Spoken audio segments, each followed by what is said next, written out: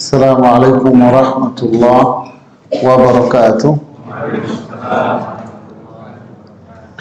Alhamdulillah alladzi bi ni'matihi tatimmu shalihat. Nahmaduhu wa nasta'inuhu wa nastaghfiruh. Wassalatu wassalamu ala Rasulillah wa ala alihi wa sahbihi wa ba'd.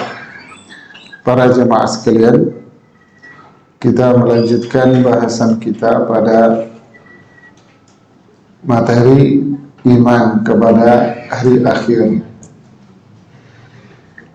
iman kepada kehidupan setelah kematian yang disebut dengan nama alam barzakh. Alam di mana setiap orang di situ menanti dan menunggu kepulangan. Jadi alam barzakh itu alam di mana setiap orang akan menanti kepulangan. Setelah itu tibalah hari kepulangannya. Dia akan pulang semuanya, bangkit, keluar dari penantiannya, keluar dari tempat tunggunya. Kemudian mereka akan ditempatkan di tempat sementara, dikumpulkan di tempat sementara juga, namanya mahsyar, untuk memperoleh atau mengalami proses screening, ya, pembersihan, evaluasi, dan seterusnya.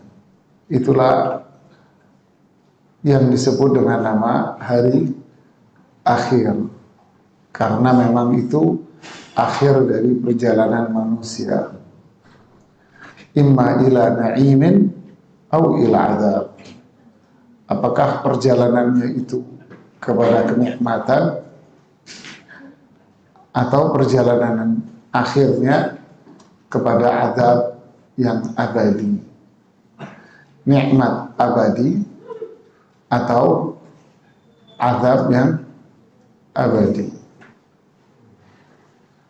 Iman kepada hari akhir termasuk ciri orang-orang yang bertakwa yang Allah sebutkan di awal surat Al-Baqarah. Dzalikal kitabu la raiba fihi hudan lil muttaqin. Lalu Allah sebutkan ciri-ciri orang bertakwa. Di situ ada 5 ciri orang bertakwa. Mereka yang bisa mengambil manfaat dari Al-Quran, dan Al-Quran akan bisa masuk di hati orang yang bertakwa ini. Ciri yang terakhir dari orang bertakwa adalah wabil akhirati hum yuqinun. Mereka yakin. Wah, ini bahasanya sudah pada tingkatan yakin. Yakin itu tingkatan tertinggi. Dia benar-benar yakin terhadap hari akhir itu tadi. Yakin dia. Makanya lahirlah ketakwaan pada jiwanya, pada dirinya. Buahnya adalah mengamalkan apa yang Allah perintahkan dan meninggalkan apa yang dilarang oleh Allah dan Rasulnya. Akhirnya itulah hasil dari sebuah ketakwaan. Nah, kita pada pertemuan yang lalu saya sebutkan bahwa penulis dari kitab ini, iman kepada buku tentang rukun iman, pada bahasan iman kepada hari akhir menjelaskan 3 perkara berkaitan dengan iman terhadap hari akhir. Yang pertama, beriman akan adanya al-ba'ts, hari kebangkitan. Ini sudah kita jelaskan pada pertemuan sebelumnya. Sekarang kita masuk pada yang kedua. Yang kedua, penulis yaitu Syekh Muhammad bin Shalih Al-Utsaimin rahimahullah rahmatan wasi'ah wa askanahu fasiha jannatihi. Yang kedua adalah beriman akan adanya hisab, perhitungan amal dan balasan, di mana hamba akan dihisab berkaitan dengan amal perbuatannya dan akan dibalas karenanya. Jadi hisab itu kalau dalam bahasa Arab artinya berhitung. Jadi al-hisab itu artinya berhitung, melakukan perhitungan. Seperti seorang pemilik perusahaan, dia akan melakukan hisab, perhitungan yang ketat atas usaha yang berjalan itu. Artinya dia akan melakukan sebuah audit yang sangat ketat terhadap perusahaannya. Itulah namanya apa? Al-hisab, perhitungan. Hisab ini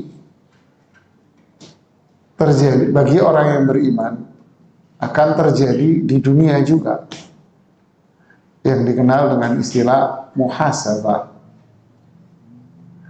Jadi orang yang beriman akan melakukan hisab, yaitu muhasabah, semasa dia di dunia.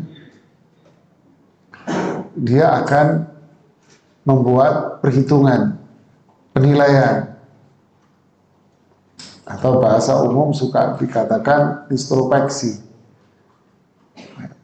Dia akan membuat itu semasa hidupnya. Ya ayyuhalladzina amanu taqullaha wal tanzur nafsum ma qaddamat lighad wattaqullah. Wahai orang-orang yang beriman, bertakwalah kalian kepada Allah, dan hendaknya setiap diri dari kalian membuat perhitungan apa yang sudah dia perbuat untuk hari esok. Bertakwalah. Yang dimaksud dengan hari esok di sini adalah hari kiamat. Allah sebut hari kiamat itu dengan esok hari. Jadi Allah sebut hari kiamat itu dengan esok hari. Artinya apa? Kata penyair Arab mengatakan kullu ma huwa atin at, kullu madin ba'id wa kullu ma huwa atin at. Setiap yang sudah berlalu itu jauh, dan setiap yang akan datang itu dekat. Jadi ungkapan seorang penyair, semua yang sudah berlalu itu jauh, walaupun semenit yang lalu itu jauh sekali.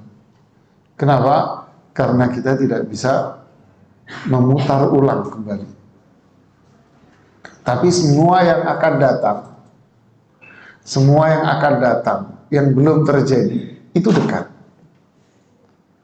Dekat. Walaupun itu masih 10 tahun, 20 tahun ibarat perhitungan manusia, itu dekat.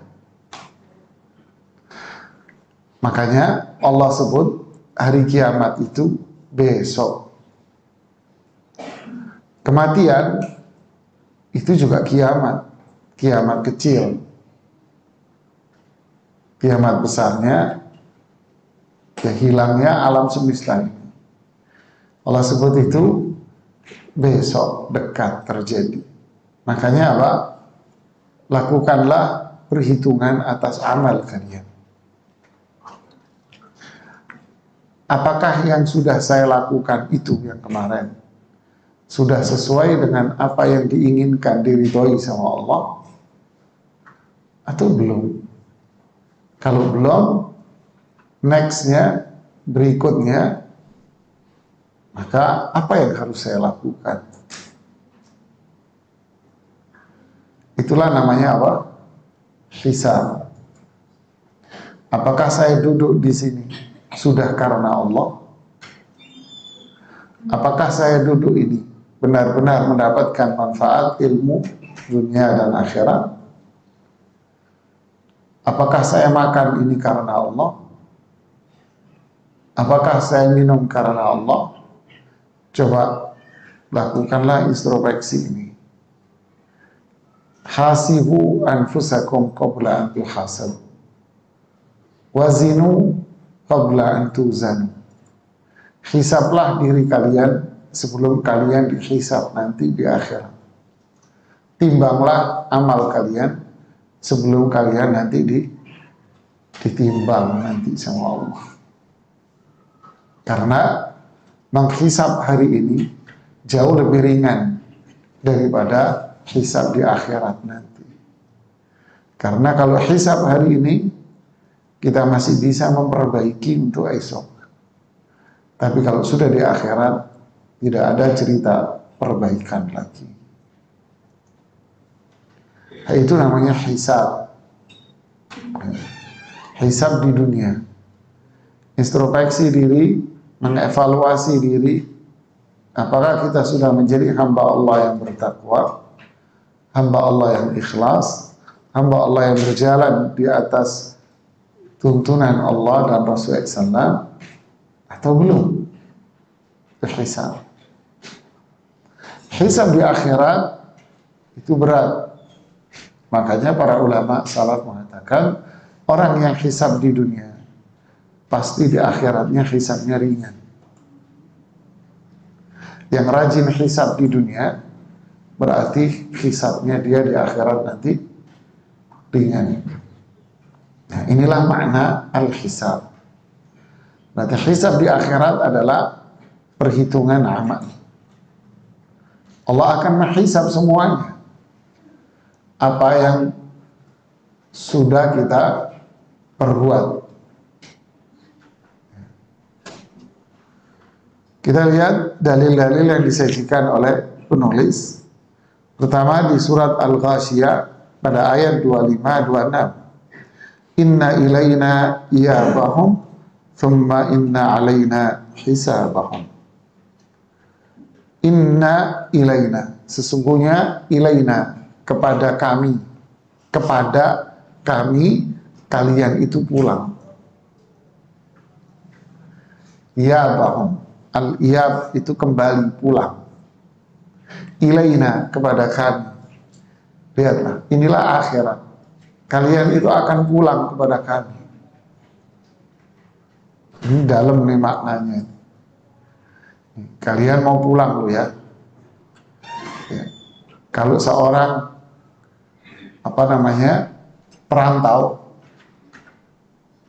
ketika dia hendak merantau, dia dikatakan kamu tetap akan pulang ke sini loh ya. Lalu dia berangkat merantau, otomatis dia dari perantauan seenaknya sendiri atau berhati-hati? Hati-hati dia. Kiranya dia apa? Saya mau pulang. Saya mau pulang.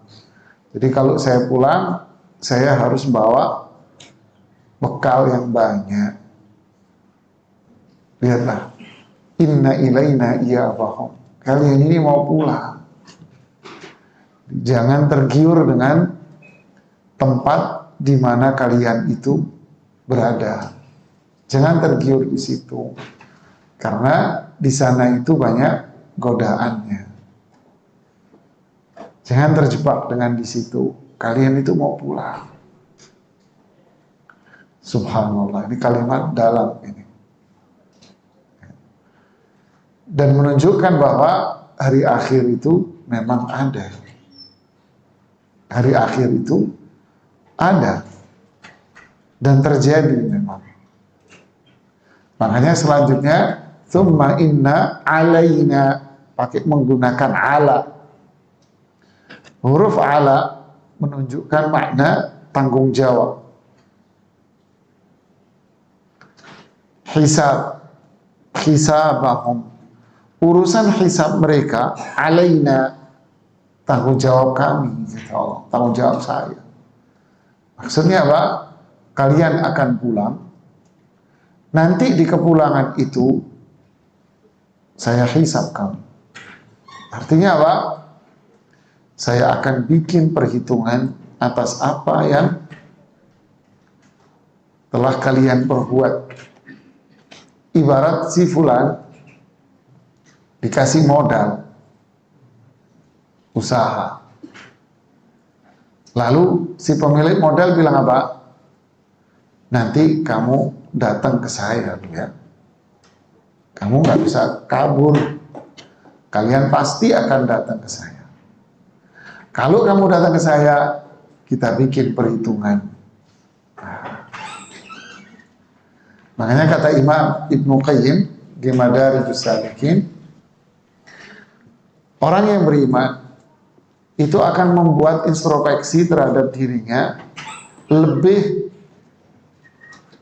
rutin, lebih teliti, lebih detail daripada pelaku bisnis,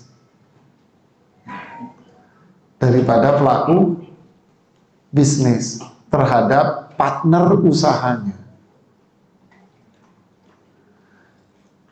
Jadi orang yang bisnis akan membuat hisab, perhitungan terhadap partner bisnisnya itu cukup detail dan intens.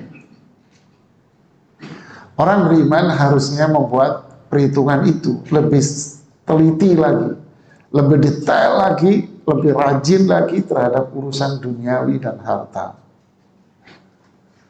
Nah, itulah hisab. Nanti ketika kalian pulang, saya hisab kalian sekecil apapun. Ya, sekecil apapun Allah akan hisab. Berarti hari akhir itu ada. Berarti hari hisab itu ada aja malah. Tidak akan bisa dipungkiri, walaupun mereka mengingkarinya, tapi ibaratnya mereka mengingkari adanya lautan yang luas. Dia tidak akan bisa mengingkari sebuah lautan. Nggak bisa dia mengingkari lautan. Karena lautan yang luas itu ada kok. Hisab hari akhir dia ingkari. Apapun yang dia ingkari, yang jelas itu pasti akan terjadi kok. Ya. Ayat yang berikutnya di surat Al-An'am 160. Man jaa'a bil hasanati falahu asyru amsalihha. Siapa yang melakukan kebaikan, berbuat kebaikan, dia mendapatkan balasan 10 kali lipat. Allahu Akbar. Lihat nih. Wa man jaa'a bisayyi'ati fala yujza illa mithlaha wa hum la yuzlamun. Tapi siapa yang berbuat kejahatan, maka dia dibalas seimbang dengan kejahatannya. Mereka sedikit pun tidak dirugikan atau dizalimi. Ini menunjukkan apa ini? Menunjukkan rahmat Allah itu jauh lebih luas dibanding apanya? Murkanya. Rahmat Allah jauh lebih luas dibanding murkanya. Apa itu? Satu kebaikan dibalas 10.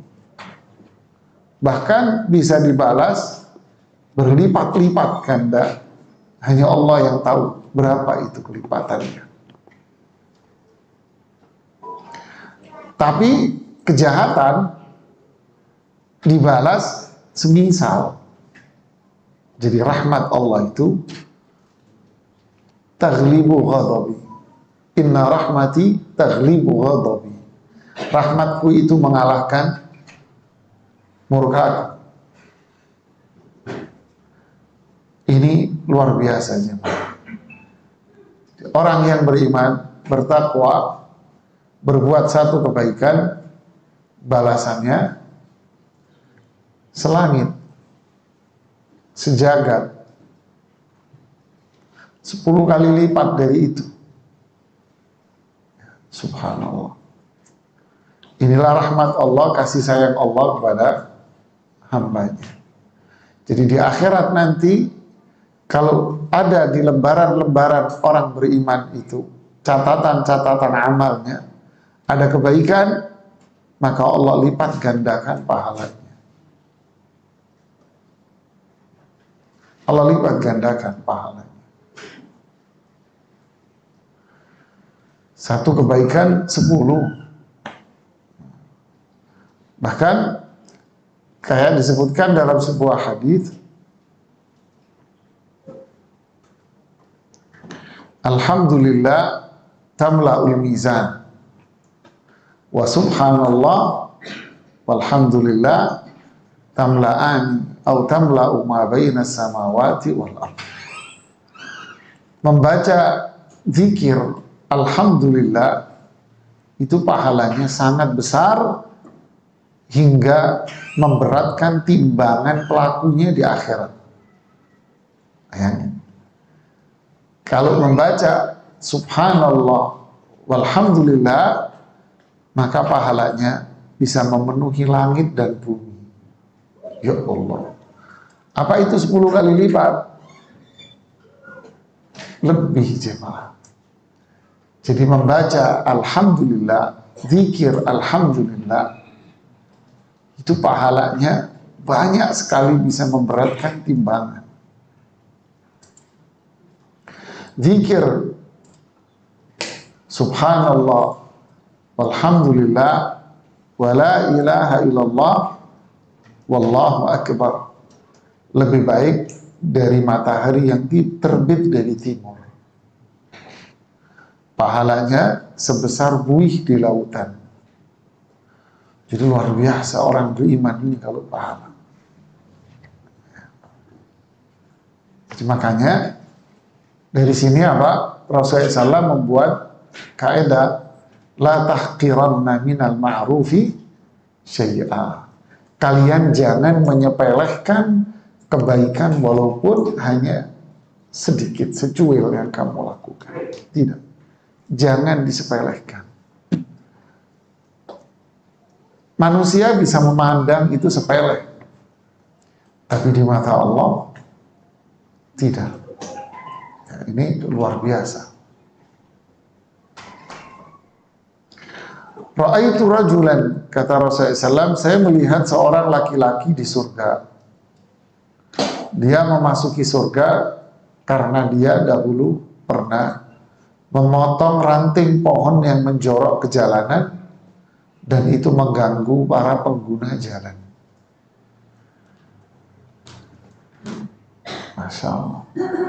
Di hadis lain, seorang lelaki, di riwayat yang lain perempuan, masuk surga karena asik minum anjing. Jadi jangan menyepelekan kebaikan. Artinya apa? Maknanya, ketika kita melihat bahwa ini adalah sebuah kebaikan, maka itu adalah peluang besar untuk surga. Jangan memilah dan memilih sebuah kebaikan, karena kita tak tahu kita mendapatkan rahmat Allah dari kebaikan yang mana yang kita perbuat. Belum tentu dari sholatnya, belum tentu dari puasanya. Ya semoga dari semuanya. Bisa jadi seseorang mendapatkan kebaikan dari perkara yang sangat kecil sekali yang tidak dia sadari. Abdullah bin Umar mengatakan, Allah menerima 1 rakaat saja dari sholat saya, itu jauh lebih mulia dari dunia dan seisinya. Jadi itulah kebaikan yang dilakukan oleh orang yang beriman kepada Allah, dibalas berlipat-lipat ganda di akhirat nanti. Tapi kalau kejahatan, kemaksiatan tidak dibalas kecuali dengan serupa. Berarti di sini ajakan untuk apa? Memperbanyak kebaikan. Karena pintu surga itu jauh lebih besar. dibanding dengan pintu neraka. Kenapa? Karena keburukan itu tidak dibalas kecuali dengan semisal. Tapi kalau kebaikan dibalas dengan 10 kali lipat, bahkan berlipat-lipat ganda, berarti kesempatan kebaikan dengan keburukan lebih besar mana? Kebaikan. Tapi ingat, walaupun demikian, keburukan tidak dibalas kecuali dengan semisal, tapi ingat, satu keburukan bisa merusak semua kebaikan. Walaupun ia tidak dibalas kecuali dengan yang semisal sepadan, tapi ia bisa merusak semuanya. Anda masak sayur, senampan besar, tapi minyak tanahnya itu setetes. Harganya juga nggak ada harganya, setetes. Siapa yang jual minyak tanah setetes? Tapi kalau setetes itu masuk ke sayuran yang Anda buat sepanci itu, apa yang terjadi? Bu? Wassalam. Anda akan buang semuanya. Jadi jangan menyepelekan keburukan. Allah cuma segitu aja kok dibalas. Santai aja bro. Ya silakan Anda coba. Silakan. Ya. Keburukan itu memang kecil. Balasannya sama. Tapi akan membahayakan yang lain. Kebakaran pasar rakyat, kebakaran mall, yang gede, mall mewah, pasar rakyat yang besar terbakar semua gara-gara apa? Konsleting listrik yang kecil apa gede? Kecil. Itu konsleting listrik. Tapi rusaknya sepasar. Kerugiannya sangat besar. Dampak buruknya bahaya. Merusak semua. Di samping itu juga berbahaya juga. Nah, disinilah ujiannya. Allah kan cuma kecil. Akhirnya mendorong apa? Hawa nafsu. Hawa nafsu terdorong untuk berbuat maksiat terus. Kecil aja kok. Nah, sikap meremehkan itulah yang menjadikan dia binasa. Melawan namanya. Nah, ini semua menunjukkan bahwa hisab itu ada. Wa hum la yuzlamun, dan tidak ada manusia yang dizalimi nanti. Lihat ayat yang berikutnya di Al-Anbiya ayat 47. Wa nadha'ul mawazinal qista liyaumil qiyamah. Subhanallah. Dan kami akan memasang timbangan yang tepat pada hari kiamat nanti. Timbangannya tepat. Pas timbangannya. Kapan? Hari kiamat nanti. Fala tuzlamu nafsun syai'a. Tidak ada satu jiwa pun yang terzalimi. Wa in kana mithqala habbatin min khardalin ataina biha. Sekalipun hanya seberat biji, pasti kami akan mendatangkan balasannya. Pasti dibalas sama Allah. Wa kafa bina hasibin. Cukup kami yang membuat perhitungan. Subhanallah. Berarti di ayat ini menjelaskan bahwa al-mizan itu ada. Mizan itu apa? Timbangan. Yang memiliki lahu kaffatan. Yang memiliki dua mata timbangan. Bahwa timbangan itu ada di akhir. Seperti apa Ustaz timbangannya? Nggak perlu ente nanya. Karena nggak penting. Ya. Yang jelas di ayat-ayat sangat tajam dengan jelas bahwa timbangan itu ada di hari kiamat nanti. Apa yang ditimbang? Inti dari penjelasan para ulama bahwa yang ditimbang itu adalah amal dan orangnya sekalian. Bukan orangnya saja. Nah, kalau orangnya yang gendut, gede, berat nanti dong di akhirat. Padahal di akhirat tidak ada yang gendut dan tidak ada yang kurus. Bahkan di dalam hadis sahih disebutkan, innahu la ya'ti yaumal qiyamati rajulun 'azim. Nanti di hari kiamat akan datang seorang yang bertubuh besar sekali. Tapi di mata Allah la yusawi janaha ba'udah. Tapi tubuhnya dia masih kalah berat sama satu sayap nyamuk. Enggak ada artinya.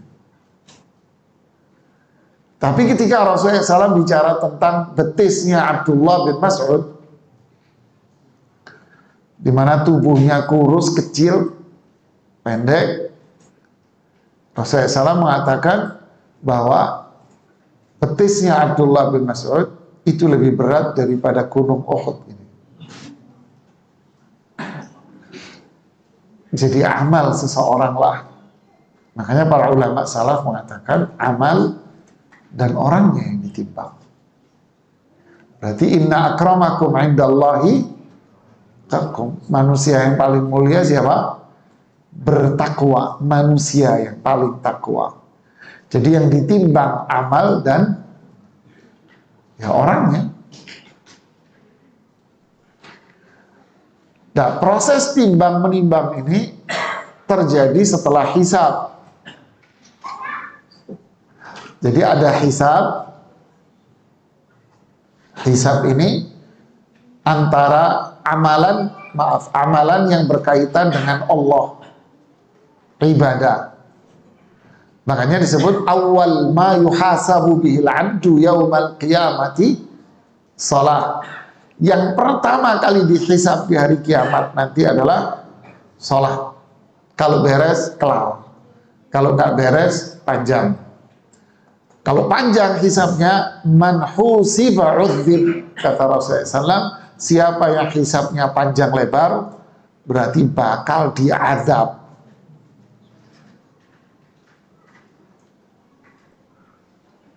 Yang hisabnya panjang lebar, berarti bakal diazab. Ya. Tapi kalau hisabnya ringan, justru inilah manusia yang akan mendapatkan kenikmatan. Ya.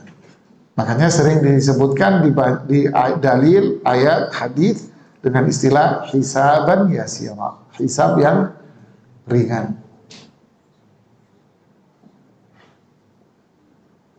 Fa amma man a'ta wattaqa wa saddaqa bil husna fasayuhasabu hisaban yasira, ringan. Hisab ringan itu apa? Al-'ard, ditunjukin tau sama Allah. Karena apa? Salatnya baik, tauhid, taatannya. Apakah berarti dia nggak punya dosa? Punya. Ditunjukin tau, ini dosa-dosamu ya. Atun kiru fi syai', kamu mengingkarinya, disebutkan di hadis itu. Kamu enggak ya Allah. Allah sudah ampuni semuanya. Sejak di dunia sudah saya tutup ini dosa. Sekarang saya ampuni, saya maafkan. Kelar selesai. Tapi yang hisab itu berarti apa? Diaudit satu.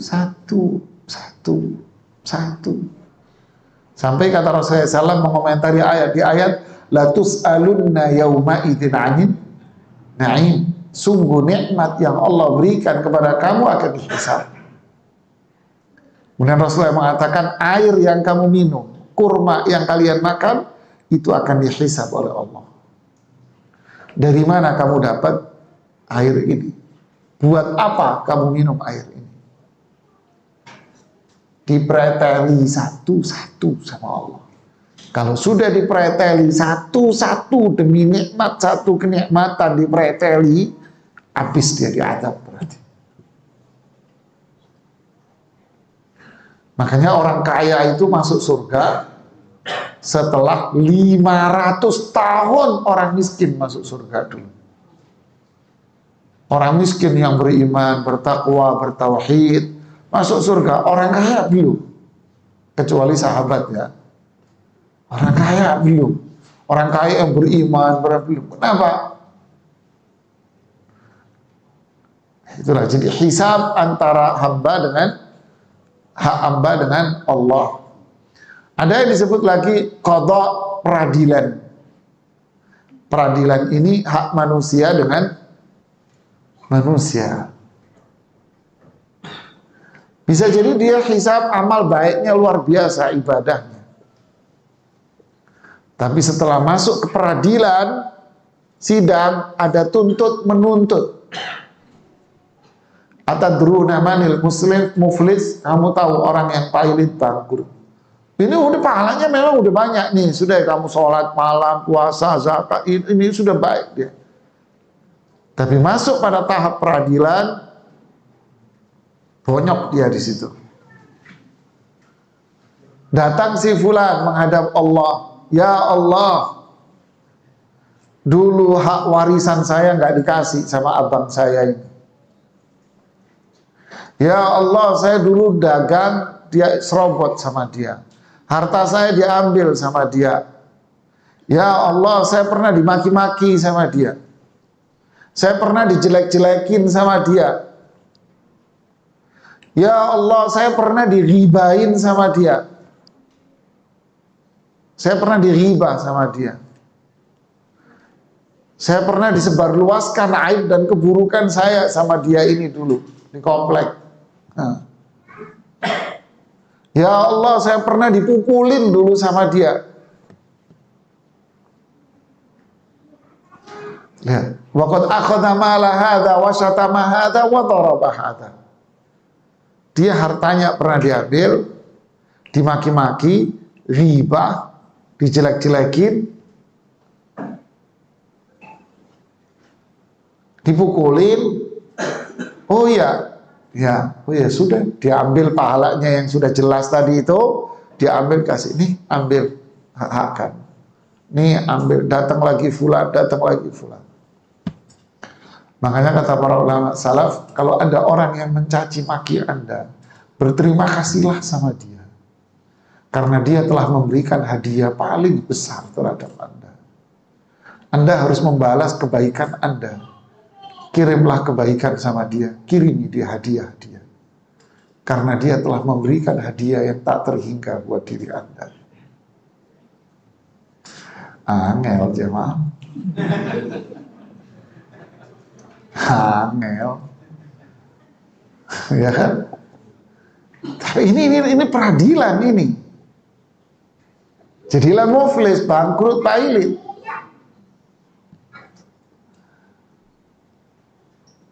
Setelah itu ditimbang lagi sama Allah. Udah hisab, udah qada, deh kita timbang lagi. Ya Allah Maha tahu semuanya itu. Andai tidak dilakukan itu Allah tahu. Cuman ini bentuk apa? Keadilan. Makanya Allah punya nama Al-Adil. Adil. Keadilan Allah. Ditimbang jemaah. Wa nadha'ul mawazinal qisṭa. Inilah.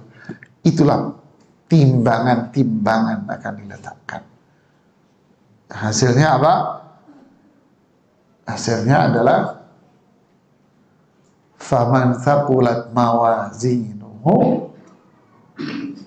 fahuwa fi 'ishatin. Berat, ketaatannya masih banyak, ya masih ada keburukannya, dia masih tersisa, ya Allah maafkan. Tapi kalau wa amma man khaffat, ringan, kebaikannya dikit, ya nyemplung lah. Na'udzubillah. Wa in kana mithqal habbah, walaupun kecil ketaatannya tetap dibalas. Walaupun kecil kejahatannya tetap dibalas. Habbah, seukuran kecil sebiji pun dibalas. Sekecil apapun.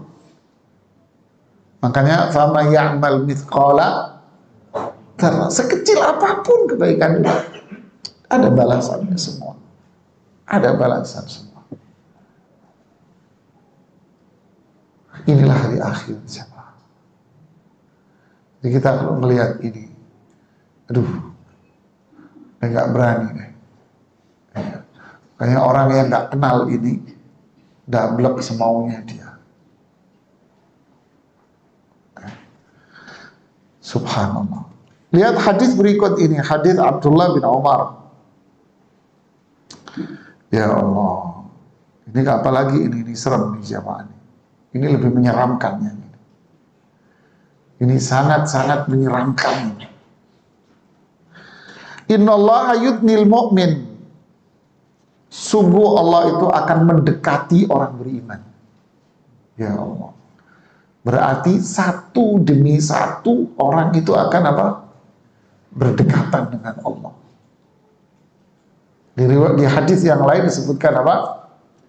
Sayukallimuh, diajak bicara satu demi satu. Satu demi satu bicara sama Allah. Fayada'u alaihi kanafahu.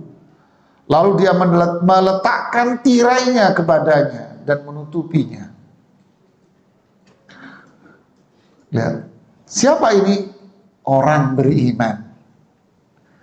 Dipanggil satu di hadapan Allah, langsung ditutupi sama Allah. Maksudnya apa? Ininya, lihat ini. Ata'arifu dzanba kadza. Mas, Mbak, ingat dulu kamu berbuat dosa nih. Tanggal sekian, bulan sekian, tahun sekian, jam sekian. Ini dosamu. Ingat, kata Allah. Ata'arifu dzanba kadza, yang ini ingat. Terus begitu, yang ini ingat dosamu, yang ini tahu, yang ini dosa. Lalu hamba yang beriman ini menjawab, na'am, Rabb, iya, wahai Rabbku, itu dosa saya semua. Hatta idza qarrarahu bidzunubi, satu-satu disebutin, dosamu ini, dosamu ini, dosamu ini, dosamu. Semuanya dia mengakui dosa-dosanya. Kira-kira kalau sudah seperti ini, perasaannya apa? Masuk neraka saya. Wa ra'a fi nafsihi annahu halak. Aduh, masuk neraka saya. Masuk neraka saya. Semuanya keburukan dosa-dosanya itu. Ini dosamu, ini dosamu, ini dosamu, ini dosamu, ini dosamu. Saya masuk neraka. Lalu Allah berfirman, satartuha alaika fid dunya. Sejak di dunia, dosa-dosamu ini sudah saya tutupi. Sebelum kamu meninggal, sudah saya tutupin rapat. Karena sejak di dunia saya tutupin, wa ana aghfiruha lakal yauma. Hari ini tak ampuni. Tak hapus. Saya hapus sekarang. Langsung dihapus sama Allah. Ditutup. Fayu'ta kitabah hasanati. Lalu diberikanlah lembaran. Berarti lembaran apa ini yang dikasih? Kebaikannya tak, sedangkan maksiat dia sudah hapus. Ini yang disebut dalam surat Al-Haqqah. Fa amma man utiya kitabahu biyaminih fayaqulu ha'umqra'u kitabiyah inni dhanantu anni mulaqin hisabiyah fahuwa fi 'ishatir radiyah. Saat itu hamba ini menerima catatan amalnya dengan tangan kanan. Allah kasih dengan tangan kanannya. dan dia menerima dengan tangan kanannya. Biyamini. Fayaqulu ha'umu qara'u kitabiyah. Lalu sontak hamba yang beriman ini mengatakan kepada semua orang yang di mahsyar, ha'umu qara'u kitabiyah. Inilah catatanku, siapa yang mau baca? Siapa yang mau baca? Ini catatanku, ini catatanku. Ha'umu qara'u kitabiyah. Inni dhanantu anni mulaqin hisabiyah. Karena sejak di dunia saya percaya bahwa hari seperti ini pasti akan tiba. Dari dunia dulu saya sudah percaya ini terjadi. Inni dhanantu anni mulaqin hisabiyah. Hasilnya fahuwa fi 'ishatir radiyah. Dia akan masuk surga, jemaah. Dosanya hapus, hilang. Subhanallah. Ini di tengah padang mahsyar. Manusia yang lain. Wa ammal kuffar wal munafiqun. Adapun orang-orang kafir, orang-orang munafik, orang-orang kafir, orang-orang munafik, fayunadi bihim ala ru'usil khalaiq. Allah memanggil nama mereka di hadapan semua manusia di padang mahsyar. Disebut namanya di depan semua orang di padang mahsyar nanti. Haula illadzina kadzabu ala rabbihim. Ini fulan, fulan, fulan, fulan, fulan, fulan. Ini para pendusta-pendusta ini, kata Allah. Inilah manusia-manusia yang mendustakan Allah dan Rasulnya. Ala laknatullahi ala zalimin. Ketahuilah, laknat Allah sudah jatuh pada orang-orang zalim. Artinya Allah tidak akan kasih rahmat sama orang-orang yang seperti ini. Allahu Akbar. Wa amma man utiya kitabahu bishimalihi fayaqulu ya laitani lam uta kitabiyah. Manusia-manusia yang seperti ini, Allah kasih catatan amalnya dengan tangan kirinya. Dia terima dengan tangan kiri. Di ayat yang lain diberitahukan apa? Wara'a dhahri. Dikasih tangan kiri dari balik punggung. Seperti ini. Tangan kiri dari balik punggung. Lalu sang penerima mengatakan apa? Ya laitani lam uta kitabiyah walam adri ma hisabiyah. Andai hari ini aku tidak tahu catatan amalku ini. Andai aku tidak mengalami hari hisab ini. Ya laitaha kanatil qadiyah. Andai kematian itu akhir dari segala galanya. Ma aghna anni maliyah. Hartaku yang banyak sudah tidak bermanfaat lagi pada diriku. Halaka anni sultaniyah.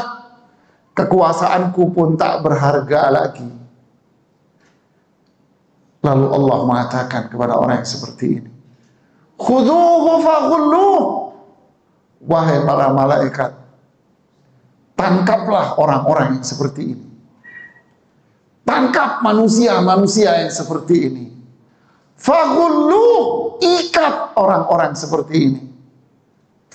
Tsummal jahima salluh, lalu lemparkan mereka ke dalam neraka jahanam. Fi silsilatin dar'uha sab'una dhira'an fasluquh. Lemparkan dia ke dalam neraka, dan ketika di dalam neraka, ikat dia dengan rantai sab'una dhira'an. Panjangnya rantai itu 70 hasta. Ini Quran yang mengatakan. Sebelum masuk neraka, tangkap mereka, ikat mereka, lemparkan dia ke dalam neraka. Ketika di dalam neraka, ikat lagi dia dengan rantai, silsilah, rantai, ikatan-ikatan rantai yang panjangnya 70 hasta. Abdullah bin Abbas mengatakan, bagaimana dia diikat di neraka jahanam itu? Di dalam nerakanya diikat. Yudkhalu fi isti wa yukhraju fi fami. Rantai itu dimasukkan ke dalam lubang anusnya dia dan keluar dari mulutnya dia. Lalu Ibnu Abbas mengatakan, dia akan dibakar selayaknya sebuah daging yang dipanggang di atas api. Ini di surat Al-Haqqah, jemaah. Inilah mereka. Inilah hisab. Inilah peradilan. Hisab itu urusan kita sama Allah. Qada urusan kita sama manusia. Yang pertama kali disidang nanti urusan apa? Urusan dima, urusan darah. Itu persidangan, urusan darah yang disidang. Urusan kehormatan.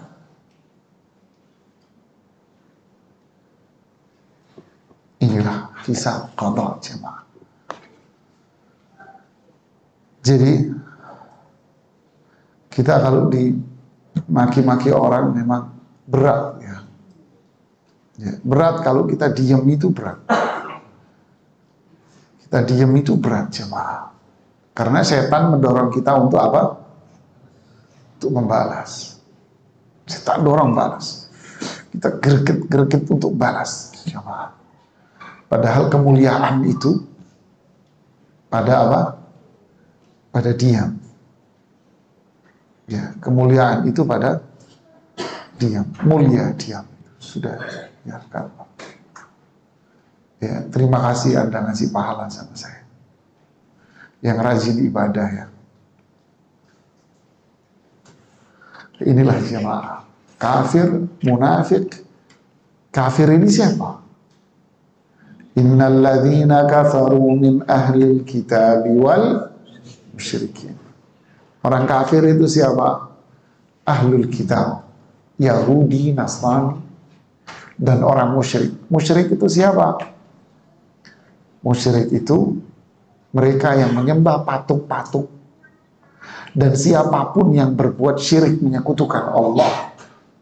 Siapapun yang berbuat syirik menyekutukan Allah. Baik syirik perbuatan maupun syirik dalam ucapan dia. Ini mereka ini.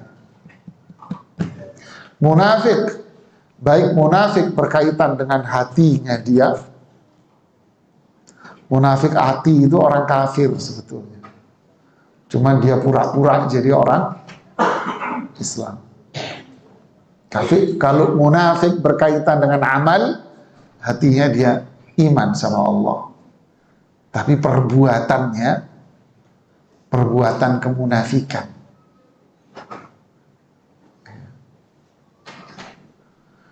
Subhanallah. Inilah namanya hari apa? Hisab, qada, peradilan, dan mizan, timbangan. Diriwayatkan pula dalam hadis sahih, man hamma bihasanatin fa'amilaha. Ini menyenangkan. Habis bicara menyeramkan, ini menyenangkan.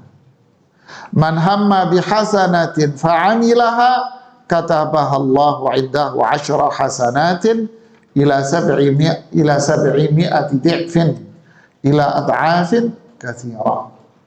Wa man hamma bisayyi'atin fa'amilaha katabaha Allahu sayyi'atan wahidah. Menguatkan ayat yang tadi. Barang siapa yang berniat melakukan kebaikan lalu dia melaksanakannya, maka Allah mencatatnya di sisinya sebagai 10 kebaikan. Hingga 700 kali lipat sampai berlipat-lipat ganda. Allah Akbar. Dan barang siapa yang berniat melaksanakan keburukan, niat berbuat jahat, lalu dia melaksanakannya, maka Allah mencatatnya sebagai satu keburukan. Ya Allah, Allahu Akbar. Inilah rahmat Allah. Tapi ingat, walaupun satu tapi menghancurkan dan membinasakan. Satu pun macam-macam.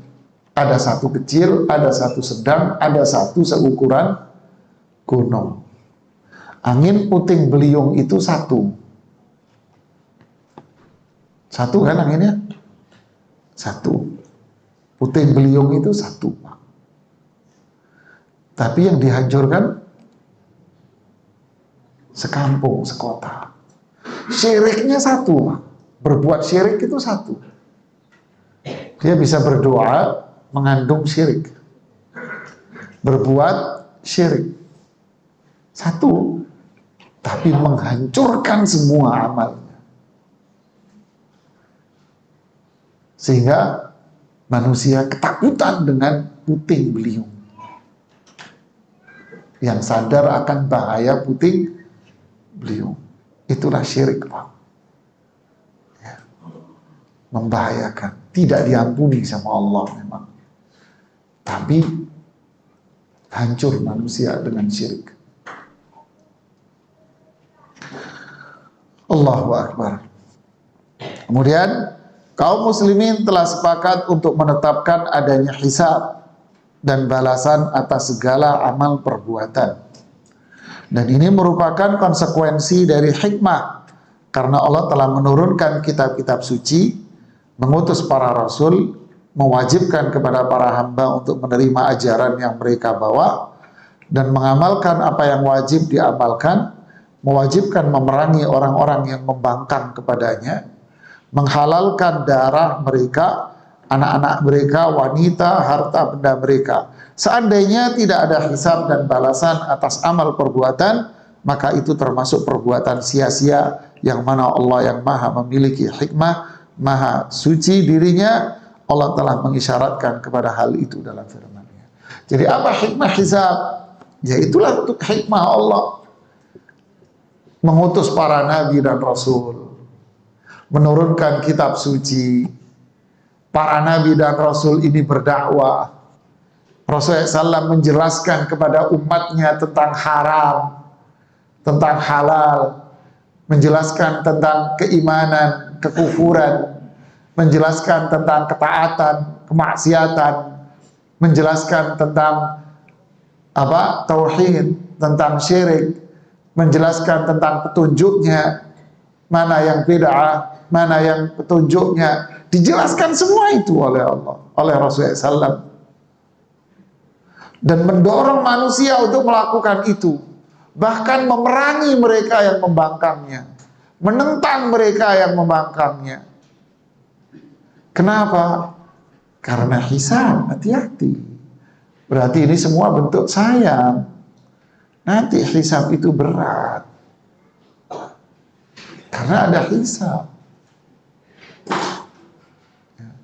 Bukan semau Anda. Jadi semumpung masih hidup, beramallah, berbuatlah sesuai dengan apa yang diridhoi sama Allah. Beramallah, berbuatlah sesuai yang diridhoi sama Rasulullah Sallallahu Alaihi Wasallam. Jangan berbuat sesuka Anda, hawa nafsu. Jangan. Yang terlahir adalah maksiat. Maksiat itu hawa nafsu. Bid'ah itu hawa nafsu. Ya, jangan terjebak dengan dunia, karena itu juga hawa nafsu. Jangan syirik, karena syirik itu juga hawa nafsu. Makanya pelaku hawa nafsu itu siapa? Orang yang syirik. Pelaku hawa nafsu itu siapa? Bid'ah, maksiat. Bahkan hawa nafsu yang paling berbahaya dan paling disukai sama iblis itu apa? Syirik dan bid'ah, Pak. Itu paling disukai sama iblis. Kenapa? Karena seseorang kalau sudah terjebak dengan hawa nafsu, syirik dan bid'ah, berat dia untuk keluar. Dia akan berjuang mati-matian untuk mempertahankan syirik dan bid'ahnya. Kenapa? Karena dia meyakini bahwa syirik yang dia perbuat dan bid'ah yang dia lakukan itu adalah bentuk ketaatan kepada Allah yang paling mulia. Makanya kalau ada orang bilang, itu syirik Pak, itu bid'ah Pak. Ngamuknya Pak, luar biasa. Sampai beliau di demo segala macam. Bapak yang Masjid Al-Ikhlas. Di demo habis-habisan. Ngamuk Pak. Tapi kalau pelaku maksiat, seganasnya preman. Tapi kalau Anda ajak ngomong baik-baik, ya, Anda jabat tangannya, Anda pegang punggungnya, Anda peluk bahunya, dia akan mengatakan, Pak, saya ini orang jahat, Pak. Memang saya orang jahat, Pak. Saya ini preman, Pak. Ya. Ngomong gitu kan? Di Jatiwaringin, anak pang,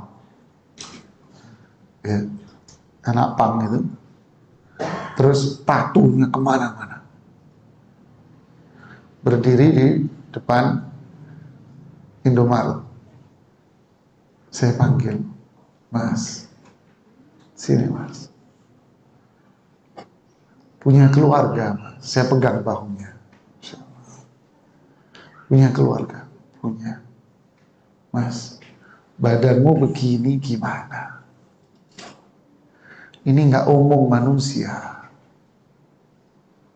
Marah tidak? Apa jawabannya? Iya Pak, saya sadar Pak. Saya sadar Pak, saya bukan orang baik Pak. Anak saya jangan kayak saya Pak. Masya Allah, saya peluk lagi muka. Di pinggir jalan. Sholat nggak kamu? Saya kepengen Pak rajin sholat. Jangan kepengen dong sholat. Iya Pak. Anak kamu kalau kayak kamu gini mau? Enggak Pak, jangan Pak. Saya orang jahat Pak. Jangan saya. Jangan Pak. Saya nggak mau Pak. Bagus. Ini preman Jawa. Ada pelaku syirik ngomong, iya saya syirik Pak. Ada? Ada yang bid'ah berbuat bid'ah ini, zikir rame-rame, maulid ini. Pak bid'ah, iya bid'ah apa sih? Ada? Ada. Habis Anda dimaki-maki sama dia. Habis kamu dimaki-maki sama dia. Kalau perlu bawa golok dia untuk mempertahankan itu. Makanya ini disukai sama iblis Pak. Hawa nafsu yang ini. Syirik sama bid'ah. Hati-hati. Hisabnya berat itu. Kalau maksiat, bisa jadi pelaku maksiat dahsyat ini. Dia punya kebaikan yang diridhoi sama Allah. Yang menghapus semuanya. Bisa jadi. Hadis Muslim, hadis Bukhari Muslim. Tentang laki-laki jahat. Di situ jahat, ini pelaku jahat. Nggak ada kebaikan. Tapi ngasih minum apa? Anjing. Allah ampuni nggak? Ampuni dosanya. Gara-gara apa? Melakukan satu perbuatan membuat Allah ridho sama dia. Dihapus semua Pak.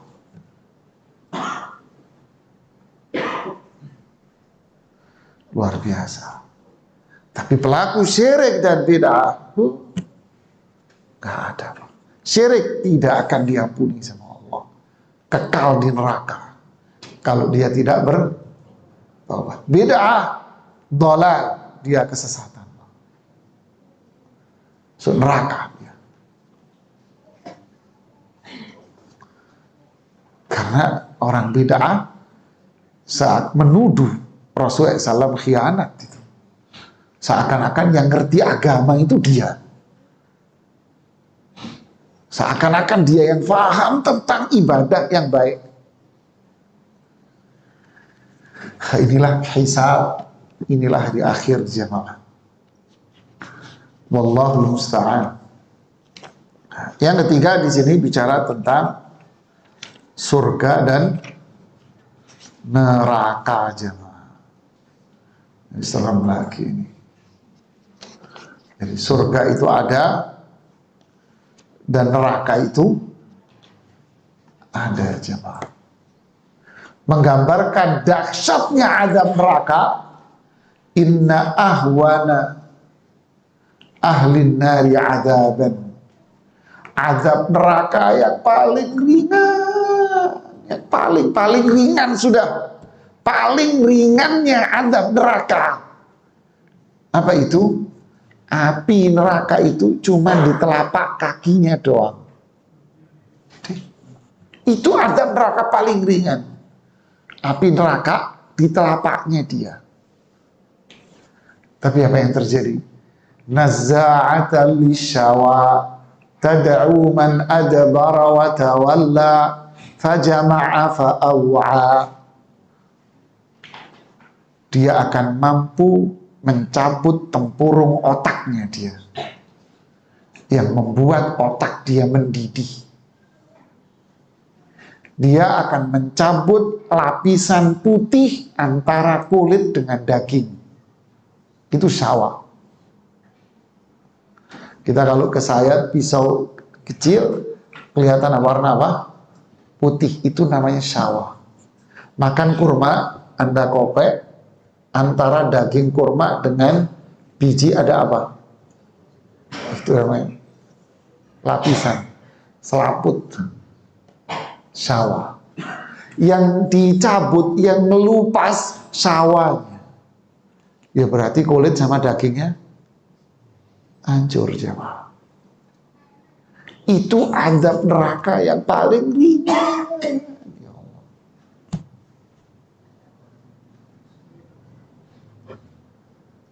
Nikmat surga yang paling rendah apa? Seseorang ditaruh di depan pintu surga. Belum masuk, dia bilang apa? Ya Allah, tidak ada manusia yang lebih nikmat dari saya. Dia lupa kalau dia ini masih di depan pintu. Ini hadisnya panjang itu. Lalu Allah bukain pintu surga. Di mana letaknya dia di surga? Di depan pintu masuk. Dibukain pintu, dia masuk, ditutup. Dia bilang apa? Sayalah manusia yang paling beruntung. Padahal dia masih di depan itu. Ini nikmat surga.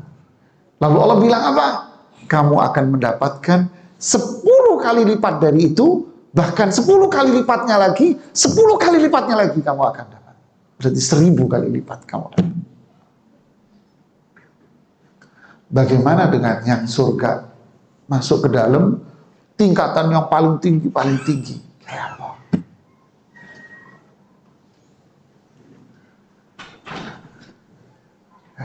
Allahumma inna nas'alukal jannah wa na'imaha wa ma qarraba ilaiha min qawlin wa amal. Doanya Rasulullah SAW apa? Ya Allah, aku memohon surga dan segala perbuatan atau ucapan yang bisa menjadikan aku dekat dengan surga. Ini doanya Rasulullah SAW. Apa itu? Ya Allah, tidak ada sesembahan yang benar kecuali Engkau, pemilik nama-nama yang sempurna kebaikannya, pemilik sifat-sifat yang maha tinggi. Aku memohon kepadamu surga dan segala amalan atau perbuatan yang bisa mendekatkan diriku dengan surga. Dan aku berlindung kepadamu dari neraka dan segala perbuatan atau ucapan yang bisa menjadikan diriku dekat dengan neraka. La ilaha illa anta. Baca doa ini. Ya, apalagi di waktu mustajab. Ya. Kapan waktu mustajab? Sebentar lagi ini waktu mustajab. Sebentar lagi ini waktu mustajab. Apa itu? Menjelang berbuka. Inna lillahi utaqa fi kulli laylatin indal fitri. Ya. Setiap malam, mulai dari berbuka puasa, sepanjang malam, Allah akan bebaskan dari azab neraka. Ini doa mulia jemaah. Ya. Allahumma, apa? Hafal doanya? Ikuti saya. Allahumma inni as'alukal jannah wa ma qarraba ilaiha min qawlin aw amal wa a'udzu bika minan nar wa ma qarraba ilaiha min qawlin aw amal. Ini cukup sudah doa ini. Dari doa panjang lebar cukup sudah. Ya. Nah, ini yang bisa saya sampaikan. Wallahu a'lam bishawab. Semoga manfaat buat saya pribadi dan buat kita semuanya. Sallallahu wasallam ala Rasulillah wa alihi wa sahbihi wa barak. Subhanakallahumma wa bihamdik asyhadu an la ilaha illa anta astaghfiruka wa atubu ilaik. Assalamualaikum warahmatullahi wabarakatuh.